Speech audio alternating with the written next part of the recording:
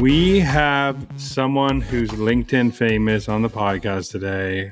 Super excited to talk to her. Heike Young, thank you for joining. I'll let you give you a little background of what you do and who you are, but I just needed the people to know that we have a LinkedIn star here.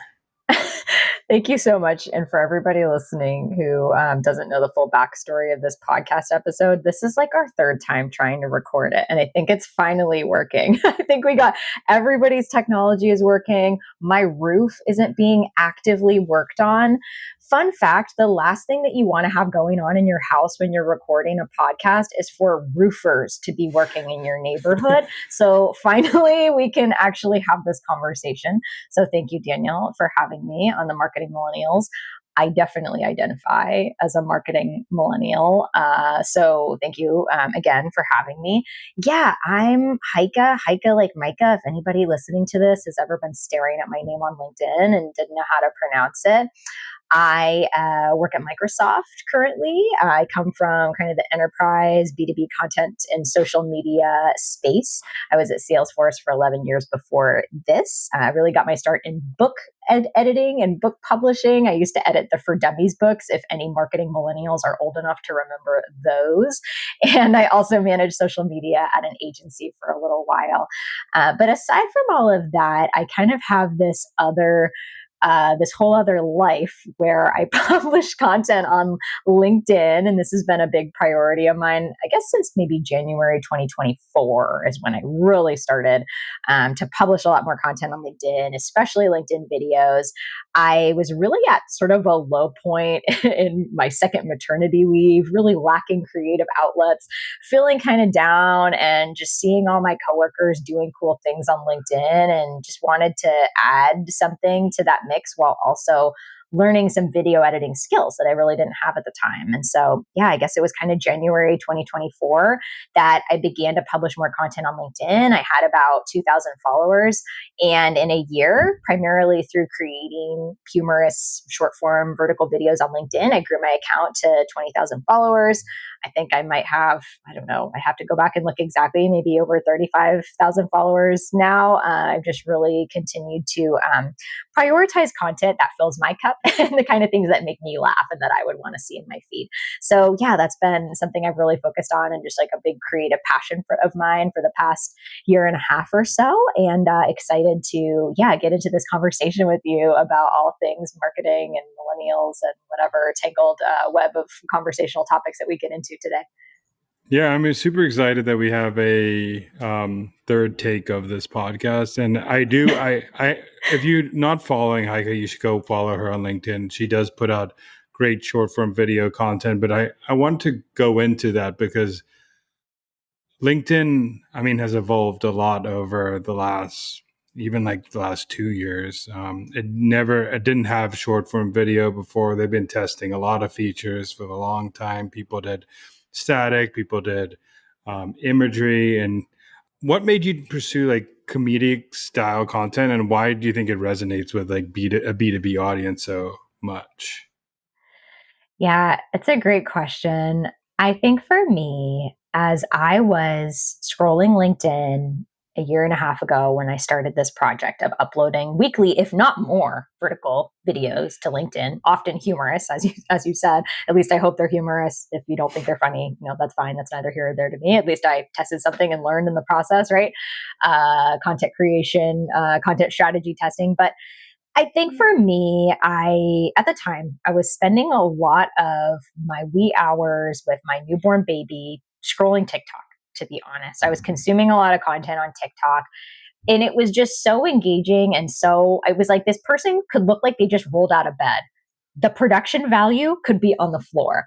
But if somebody had a really good joke, if they had something to say, that video could get 1 million views overnight. And I was so inspired by the way that content, just like having a good resonant idea, was spreading through this short form format on TikTok in particular. And so then I would go over to LinkedIn and I was scrolling the feed, and I'm seeing all this content from people who I know are really smart. I know are really funny. They're people maybe that I've worked with in the past. And I know that they're a genius, but for whatever reason, a lot of the content that I would see there would be this sort of text-based, post. It's not a lot of, maybe not a lot of humor in it. It's like super serious. And I guess for me, it was just marrying these two things together. Like, this isn't the TV show Severance. We are the same person when we come to work that we are at night. We're the same person who binges Love Island or watches SNL or listens to Bo Burnham stand up or whatever it might be, right? Whatever your audience might be into, whatever you might be into. You are that same human being at the end of the day. And so I think just wanting to approach B2B content with more of a holistic mindset of like, this is the same person with the same taste in entertainment any hour of the day. Like, that really motivated me to create something different on LinkedIn. And certainly there were other creators that did inspire me and continue to inspire me to this day. But I feel like I was trying to fill a niche and I was trying to create something that I would want to see in my feed and something that I didn't see as much of in my feed as I would have liked. And so that was definitely a big inspiration to me for creating this type of stuff on LinkedIn. Yeah, it's funny how consuming content can like inspire you to like create certain forms of content, and also seeing content on other platforms that are relatable to everybody and just bringing that touch to B2B. I think, like you said before, all we're the same human that comes to work and then goes to take care of their kid after work and then goes to hang out with their friends, we're the same, and we're scrolling the feed just the same way. And we're not, sometimes like the best ideas just come from another industry or another format or another. And especially on like a platform with LinkedIn, which I've seen for a long time, is being better does not always work on LinkedIn, like creating better content, because that's subjective, but like being distinctive on LinkedIn works, like having a format, having a style, showing up differently. So I want to go into like, for someone who is starting today, like what is your like 1, 2, 3 steps to get started on LinkedIn? I love what you said and want to go back to one thing you said for a second, and then I'll give some more practical tips. One thing you just said that really stood out to me was being quote unquote better, or I think what you mean is like more high quality in your content production does not equal high performance. I completely agree with this. A bigger budget does not mean bigger performance, full stop, when it comes to video content. And I see this all the time, not only in my personal LinkedIn account that I run for myself, but also in brand accounts that I manage. Often the most low fidelity content with the least amount of production budget put into it can often pop off the most on social media. It all kind of comes down to the message and what you have to say.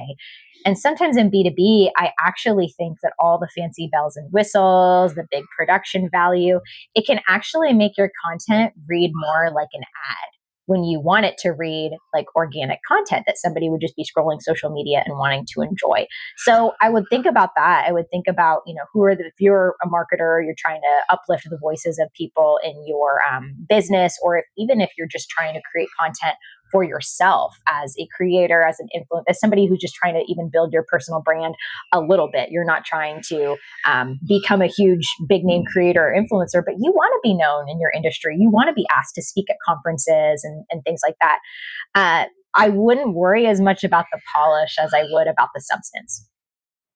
2 points I want to make on that was, one, that like social media for the longest time in B2B has been like an announcement channel and like a checkbox channel versus like a attention channel and a way to get like build actual value for the person on the other side. It's like, oh, we have an event, checkbox, I got to put it on social media just because it's a checkbox. Oh, we have a someone new joining the company, let's checkbox and tell everybody that's happened. But instead, like, that's evolved. But I also, just piggyback on that, you like low fidelity content. I've worked with some, and I've been around some big names like like Microsoft like companies who like have such strict like brand guidelines, brand formats.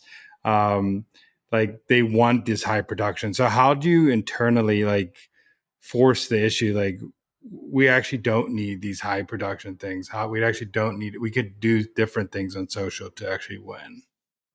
I'm still figuring out the answer to that question, Daniel, but I have a few ideas of things that I think could work. Number one is really leading with examples. So when you're just starting out in this journey, you might not have data from your own profile to show, hey, look what happens when we do a more low fidelity approach.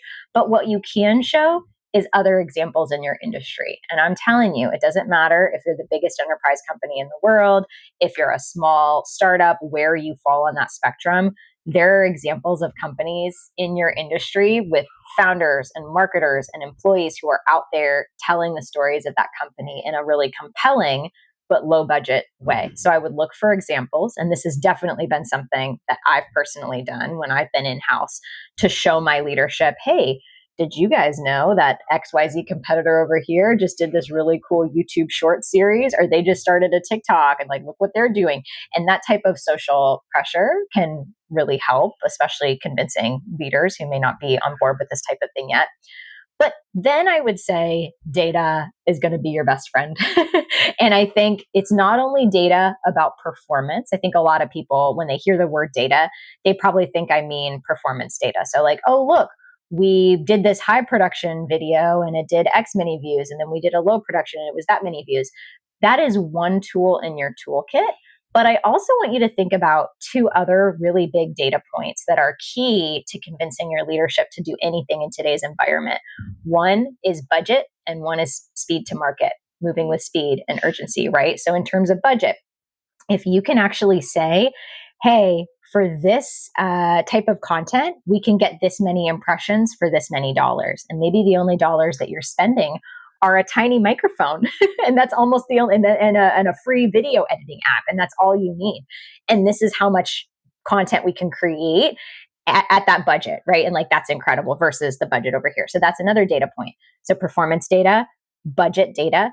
But the last one is speed to market data. And it's really, really important today, I think, for any brand that wants to be more active on social, moving quickly in today's environment. You have to be able to flip on a dime and create content that is relevant and timely and seasonal, not something that just was dumped on your YouTube channel or your LinkedIn and looks like it was filmed, 3 years ago because it's not timely at all, right? Like that's not the tea. That's not what's working. So if you can also have a data point and go back to your leadership and say, yeah, when we do videos the old way, it takes us a month and a half and there's this long process and there's a million people that need to get involved and then there's all these approvals. If you work with us on this new process, on the flip side, we can ideate and have an idea filmed in the afternoon that we created that morning. And that video has the potential to really do numbers. And so I think if you combine those data points together, you wrap them up into a really compelling story, you are going to be able to change some minds at your company and do it really effectively. And the other thing I would just say too is working with creators is an additional option available to you if your company is a little bit skeptical. So maybe you have some budget and clearly, maybe they do have budget because they've been filming these really high production value videos. Take a portion of your budget and work with some creators, work with some individual influencers who have relevance with your target audience. They're going to be able to reach that audience really fast as well. And that can be something that's hard for companies to do. I know for me personally, I do offer some brand partnerships now on my account. Which I never set out actually to try to do back in January 2024. If somebody would have told me, I would be doing brand partnerships on my LinkedIn account, I would have been like, I think you're wrong. LinkedIn is for me to apply to jobs, not get jobs on LinkedIn. Like I would have been so confused about what that even looked like. And since this past January, it is something that I've been offering. But a lot of the brands that, come to me and are looking to work with creators or influencers are really struck by the speed that influencers can work with. And so they're like, whoa, this is amazing. We can kind of go back and forth on a few ideas for a video. I can script it in a few hours and have something filmed and edited in just a couple of days. Like that type of speed is really what's needed in today's cultural context. But it's often, it's not possible in a lot of the traditional production environments that brands were brought up in. I think those are all good points. I think one, like showing what other people are doing, like brands always want to like naturally keep up with the Joneses. It's like a natural instinct of keeping up with the Joneses. And I think the results, like obviously that's like showing that like short, like these low production videos are getting these numbers versus these high production are not getting these numbers. And then I like how the point of like what you said is like there's so many other ways that you can go out of like the creative realm without like having to post yet, which are like working with influencers or using comments as a way to not like a commenting strategy, which you can be a little bit more unhinged in the comments than you are on your social account. So there's so many ways that you can start standing out. But that gets me back to that question I was going to ask you is like, let's go down the two paths. We could go down two paths. I think one is an individual. What are the 1, 2, 3? And one is like, I want to convince my boss to start posting on LinkedIn for like a brand account. What are those 3 steps? Are they the same? They're different? Going down those two paths. If you are an individual looking to create more video on LinkedIn for whatever reason, right? You want to be positioned in your industry to get speaking opportunities. You want to get a new job. The possibilities are endless, right? And I think sometimes there's been this misconception when somebody starts posting on LinkedIn, they must need a new job. That is not the case, right? In today's world, marketers, especially, people that really need to put their name out there for a variety of career growth opportunities, LinkedIn is the best place to do that. So let's just normalize posting on LinkedIn for a variety of growth opportunities. And it might not even be a promotion or whatever else. It might simply be getting outside perspectives on things, meeting new people. There's a million reasons why somebody would want to post more on LinkedIn that have nothing to do with, they hate their job. So first and foremost, like, let's normalize that. If you are an individual who is looking to post more on LinkedIn, you see the potential of video in particular, there are a couple of things that I want you to do. The first one is to lean into the cringe of watching and listening to yourself. And I hear this complaint from folks a lot, which is, I want to do more videos, but like, I don't like watching myself. And so I think people have they have a couple responses to that. One is that they just avoid video altogether, which is probably not the best response, right? We all know that video is one of the primary ways that all of us engage with our phones. Like, this is a really helpful way to get in front of other people. So just ignoring it, I don't think is your best option. Another thing that people do sometimes, though, is they actually do start to film content and create, but then they like don't watch it back. They film something, they never watch it again. They clip it out and they just like upload it to YouTube Shorts or LinkedIn or wherever else, and they never watch it. I highly, highly suggest you avoid doing that. You are going to learn so much about yourself by leaning into the cringe, by watching the video, listening to yourself back. You're going to discover so many things, little tweaks about your delivery that are going to make a huge difference. I will tell you from personal experience, when I started doing this, my first several videos that I edited, it was miserable for me to go back and watch it. I noticed a bunch of little quirks about my delivery style that drove me nuts. But the only way that I ever noticed them was through watching myself do it. I did this thing where I would blink really hard whenever I made a big point. Super annoying. I personally was annoyed watching myself do it. I never would have noticed that if I hadn't taken the time to go back and watch the videos.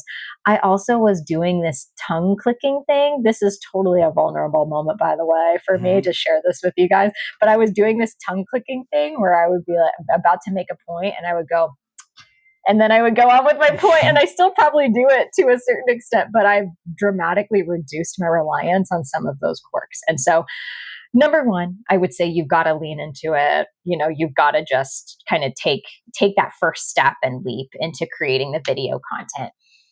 But the second thing that I would say is it's really more of like a spiritual thing. And I would say content creation for me, it has become a very integrated part of how I live in the world and how I live in my body, how I view things. And I know this sounds a little bit woo woo, and you're like, where is she going with this?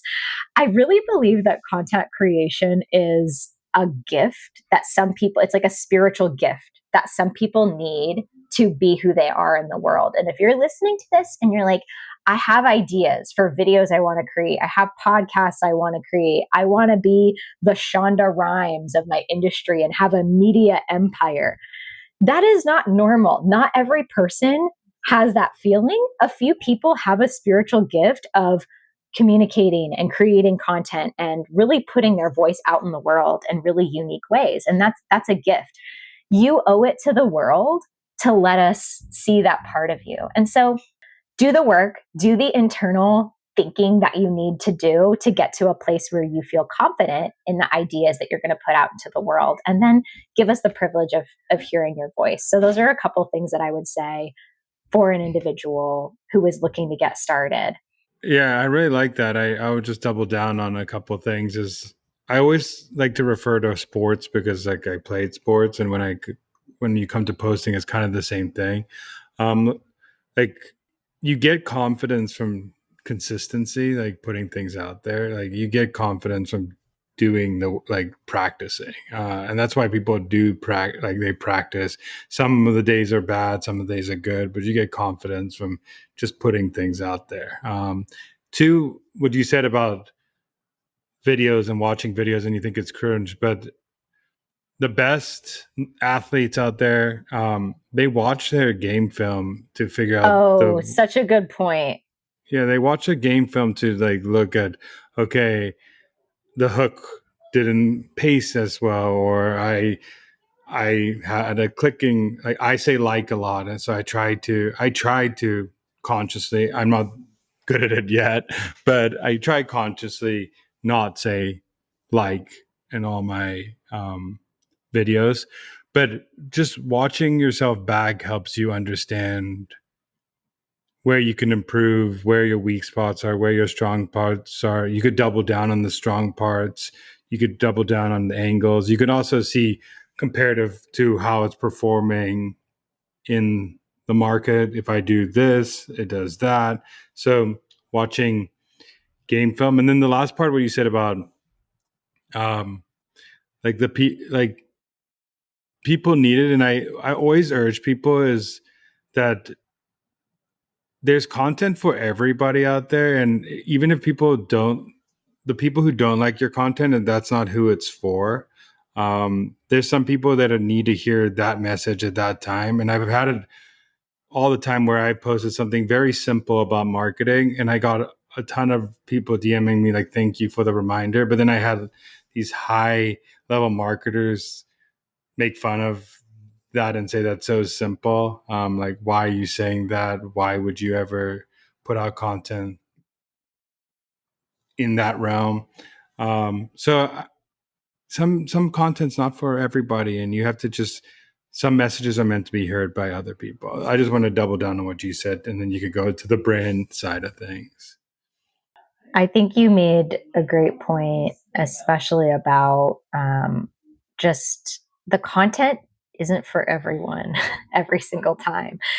There are some posts that big name influencers do on TikTok where, you know, most of their posts these days are going to be a 10 out of 10 from a reach and engagement standpoint. They've spent years building up an audience of thousands, millions of people, and you know, almost every video they post, it's racking up hundreds of thousands of views.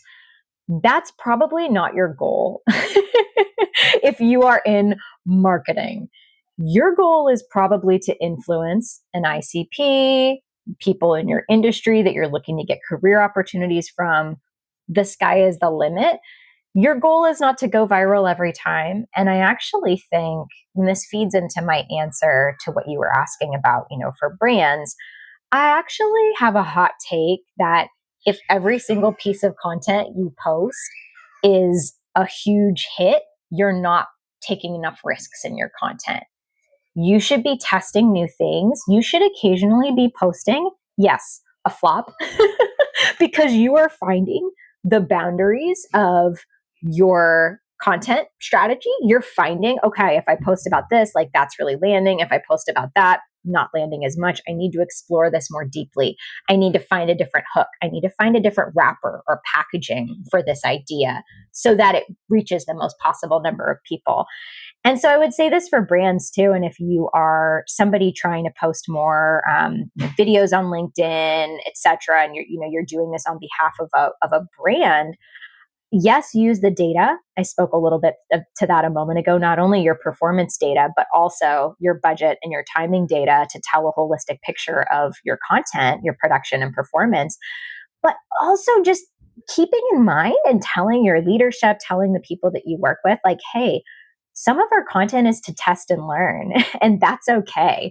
And that also brings me back to a really great point that Jack Appleby has made, and he's a great social media mind on LinkedIn. If you don't follow Jack and you're listening to this and you're interested in social media trends, Jack always says, if you're in social media, you probably get a lot of requests from people to post random pieces of content that you don't agree with.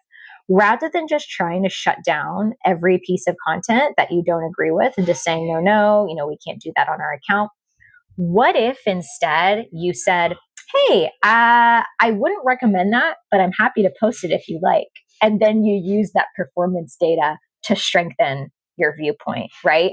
I would look at opportunities to, yes, post all of the content that you really believe in, but also it actually doesn't hurt sometimes to post some of the stuff that, and this might be a hot take, that isn't your best, most strategic content, because it helps to tell that story of what is really performing on the channel. And so, those are a few things that I would say. And then getting really practical here, I have spent a lot of time over the past year and a half posting a video almost every single week. Actually, some weeks I've probably posted more than one. And I spent a lot of time thinking about what on LinkedIn makes a high performing piece of content. And I think I've learned a few things about it. In a year, I grew my account from 2,000 to 20,000 followers, primarily from posting short form vertical videos. And what I really learned is that there's 4 things your content needs very tactically to perform well on LinkedIn. So LinkedIn is different than any other video platform. It's not like YouTube where we get a title and a description and all of this real estate. It's the video is showing up in the feed next to text posts, next to video posts, and next to image posts, and it has to really fight for its place in that feed. And so I also think a lot of people on LinkedIn, maybe they're browsing LinkedIn at work. They don't want to always watch a long video. Maybe the tab is open in their browser with a million other work related tabs. They might not be watching it with the sound on. And so I always tell people, there's kind of 4 things to look at. A title for the video. So I would superimpose a text box on top of the video, say what it is. Captions. You need to have captions that actually explain, show something about what this video is going to be about. You don't want those first few captions to just be like, my name is Heike and I work at Microsoft. They can see that from my LinkedIn profile. They don't need me to regurgitate that, right? So captions that really get into the meat of the content. A visual hook. So some type of visual, a person smiling, maybe you're holding an interesting prop, you have a cool background behind you to visually compel people to watch. And then finally, the last thing that you need is a part of the text post that is really gripping and hooky as well. And because every video post on LinkedIn, it doesn't just stand alone. There's a bit of text that goes in the text post, and that can be long or short. People do all of the above.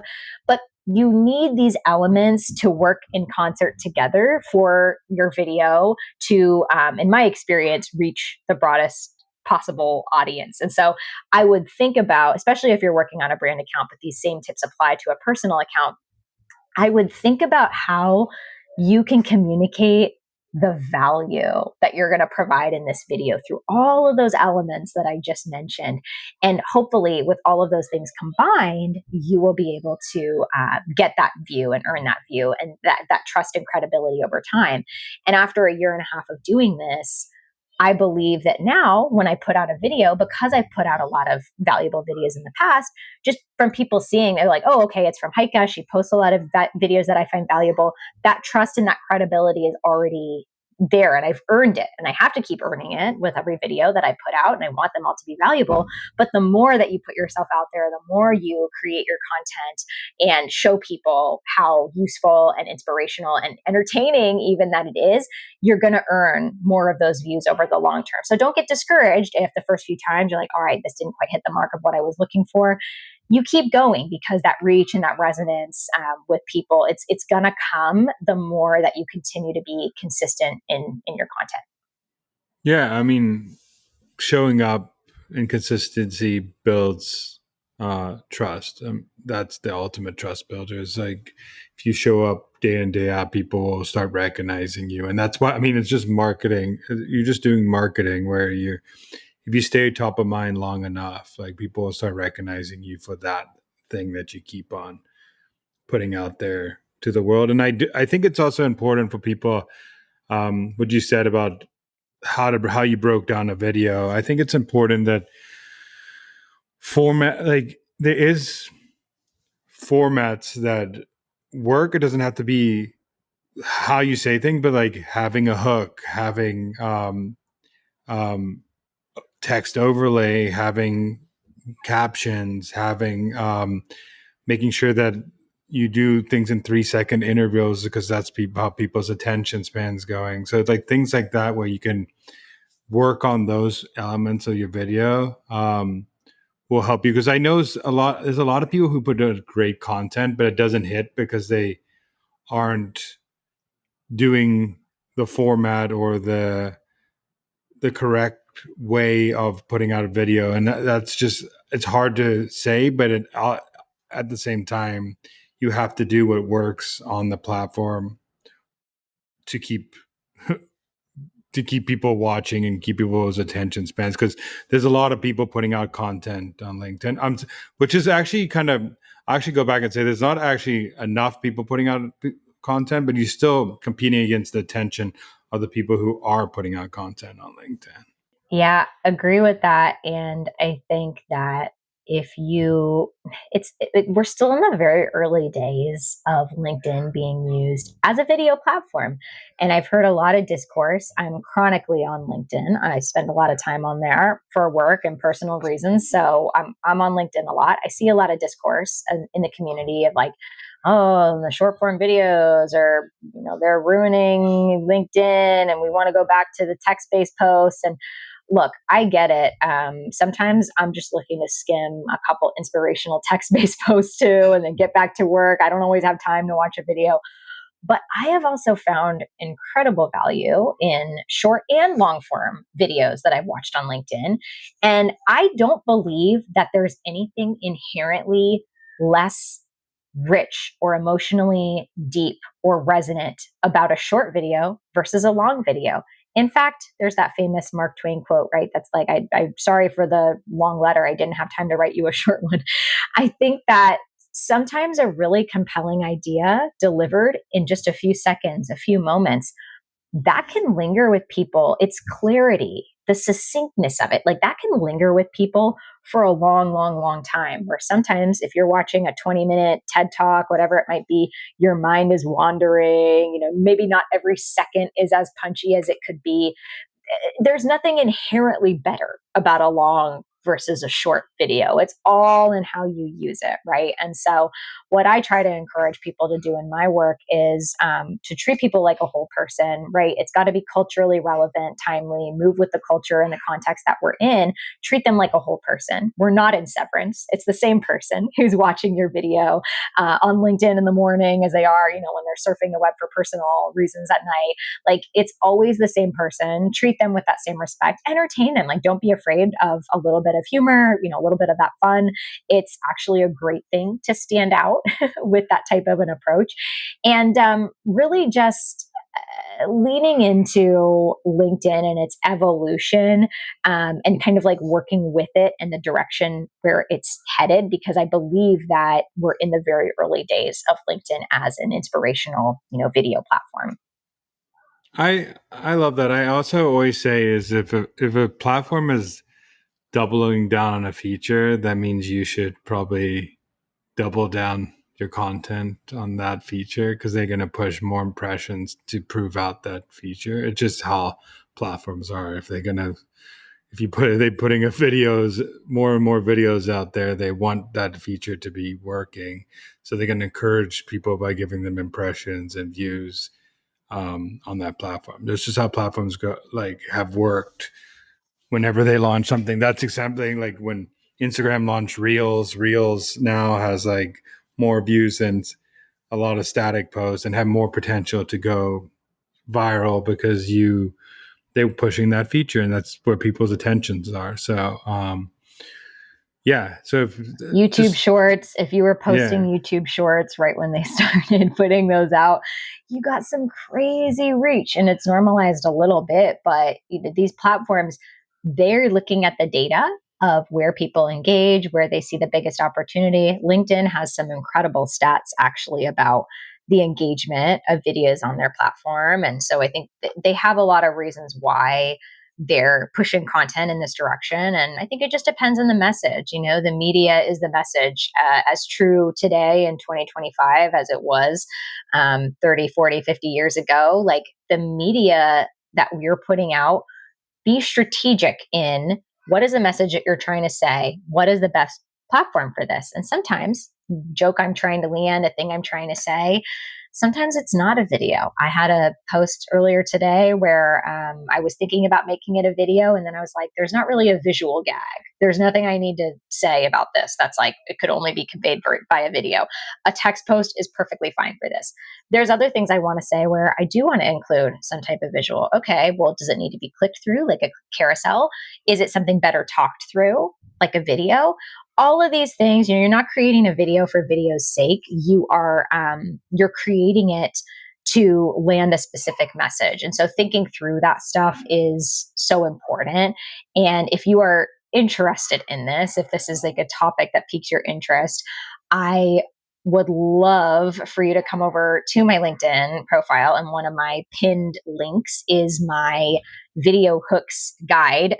I spent a lot of time over the past year and a half distilling a bunch of these tips and ideas into a guide that I just like, I'd never seen anybody kind of put it all into one place before. I know I really could have used a piece of content like this when I was starting my journey, and I kind of fumbled around figuring it out myself. So if you go to my profile and you click on my link there that is on Gumroad, and it is a guide to LinkedIn video hooks and like the placement and some of these tactical elements, that is where I have nerded out about a bunch of this stuff. So if you're listening, you know, curious to get your thoughts, if you want to come take a look. And I've had some people reach out to me and just, you know, let me know that it changed how they thought about placing their content on LinkedIn. And I would love for that to be the case for you too, if you are a fellow nerd about any of this stuff.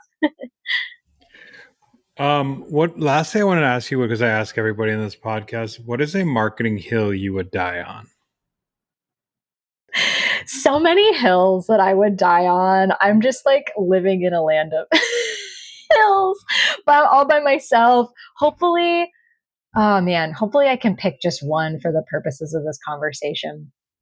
I would say one hill I would die, and I'm going based off of the definition of like you, like me having this opinion. I feel like the weirdo, or I feel like the outlier, or like nobody else agrees with me on this. And so this is the opinion that I'll share across multiple jobs. I have seen this across multiple types of industries I've worked in, whether that was agency or in house. I have seen this pervasive belief over the years that the person with the highest job title is going to be the best spokesperson for your content and for your company. And here's what that looks like in real life. It's like pitching the SVP to always speak at the conference, pitching the SVP plus to be in every webinar, having that same person host your podcast, having that same person host all of your webinars, featuring that person on your blog posts all the time. I have a different opinion, which is that you should always go with the person that's going to be the most engaging. And people don't care the title of the person that's speaking. They care how interesting, engaging, and fun and enjoyable the content is to read or watch or listen to. And so I feel like I'm sort of an outlier in this because I've had to push back on this so many times in my career. But I truly believe go with the person who they also have a YouTube channel. And so they're going to be great at delivering a webinar. Go with the person who they have a small business that they're very passionate about where, they're constantly up on stage, delivering talks for that small business. And they've never done it before for your company, but like now could be the opportunity. I would always go with that person who maybe doesn't have the fanciest job title, but is going to make the content the most engaging. I love that. I mean, that's how when I look for speakers for events, I always look for people who can have done it before or are great at speaking. And I always test them out on webinars and podcasts before just to tell. But I don't look at titles. I look at like, do they have an interesting point of view or a good topic that would resonate with my audience? And that's like what you should go for, is like, can they deliver that point of view in a way that keeps people engaged? It's going to be interesting. So I think, and also most of the time, the people that aren't SVPs are the ones who are actually doing the thing. So they actually have like real life experience. Absolutely. Yeah. So just like, I'm just doubling down what you said is like, go like, the point of content is to get people to be engaged or want to keep people there. So go with the best person you have who could do that. Lastly is, where can people find you, what you're doing, follow you, all those good things? The main place to find me is on LinkedIn. My name is Heike. If you were listening to this and you're like, Heike, how would I even spell that? That is how you would spell it. And then Young is my last name. LinkedIn is the primary place where I'm posting my content. But a fun little Easter egg is that I am testing more and more content on TikTok. I do a different type of content on TikTok, and it's just my name, Heike Young, on TikTok. You'll find me, but I do some different topics on TikTok. I actually do a little bit more like mom content, like corporate mom with a demanding job type of content, if that sounds like you, millennial mom with little kids type of content. So if any of that sounds like it could be your jam, come hang out on TikTok. It's definitely not something that I am doing. That I have, like, I think on TikTok, I have like 190 followers. So it's definitely something where I'm still testing and figuring out what works. But I think as a content creator, like, that's where you have a lot of fun playing and trying new things. Like, there's no pressure. And so that's what I really like about it. I love it. Well, thank you so much for coming on the podcast, and it was a great conversation. Yeah, thanks so much for having me.